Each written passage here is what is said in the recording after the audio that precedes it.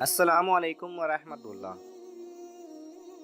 بادشاہ نے اپنی پوری سلطنت کے پینٹرز کو حکم دیا کہ ایک فرشتہ اور ایک شیطان کی ایسی تصویر بنائیں جو اس کے دور کی سب سے بہترین ہنرمندانہ اثر کے طور پر باقی رہے۔ پینٹرز نے اپنی جستجو کا آغاز کیا۔ وہ اس تلاش میں تھا کہ اسے کوئی ایسا شخص ملے جو واقعی طور پر فرشتہ کہلانے کے لائق ہو۔ چونکہ اصلی فرشتے کو وہ دیکھنے کے قابل نہیں تھا، اسی لیے ایک بہت ہی خوبصورت اور معصوم بچے کو ڈھونڈنے کے بعد اس کی تصویر بنائی۔ جب اس خوبصورت تصویر کو بادشاہ کے سامنے پیش کیا تو بادشاہ اور تمام لوگوں نے اس کی خوبصورتی کا اعتراف کیا اور اس کے فن کی داد دی۔ اس کے بعد پینٹر نے مختلف شہروں کا سفر کیا تاکہ کسی ایسے بندے کو ڈھونڈ سکے جو ایک حقیقی شیطانی چہرے کا مالک ہو۔ ملک کے مختلف جیلوں میں موجود مجرموں کو دیکھا، لیکن اسے کوئی ایسا شخص نہیں ملا، کیونکہ اس کی نظر میں سب اللہ کے بندے تھے، اگرچہ انہوں نے بعض غلطیاں بھی کی تھیں۔ تلاش کرتے کرتے سالوں گزر گئے، لیکن اسے کوئی نہ ملا۔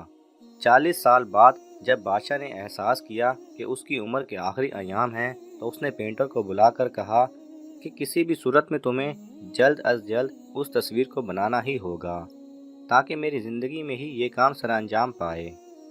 پینٹر نے دوبارہ اپنی جستجو شروع کی اور آخر کار اسے وہ شخص مل گیا جس کی تصویر بنانی تھی۔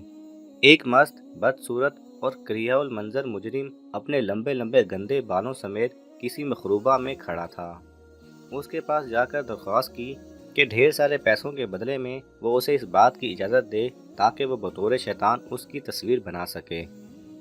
اس نے پینٹر کی بات قبول کی۔ تصویر بنانے کے وقت پینٹر نے دیکھا کہ وہ شخص رو رہا ہے۔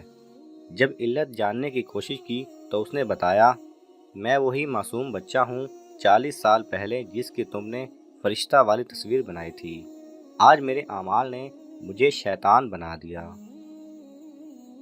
اپنی معصومیت کی حفاظت کیجیے، اپنے اعمال سوچ سمجھ کر انجام دیں۔ فرشتہ باقی رہنا یا شیطان بننا ہمارے اپنے اختیار میں ہے۔ اگر آپ کو یہ ویڈیو پسند آئے تو اسے لائک اور شیئر کیجیے۔ کسی بھی قسم کے سوال اور اظہار رائے کی خاطر کومنٹس کیجیے، اور مزید ایسے دلچسپ ویڈیوز دیکھنے کے لیے ہمارے چینل کو سبسکرائب کریں اور ساتھ میں بنے بیل آئیکن پہ لازمی کلک کریں۔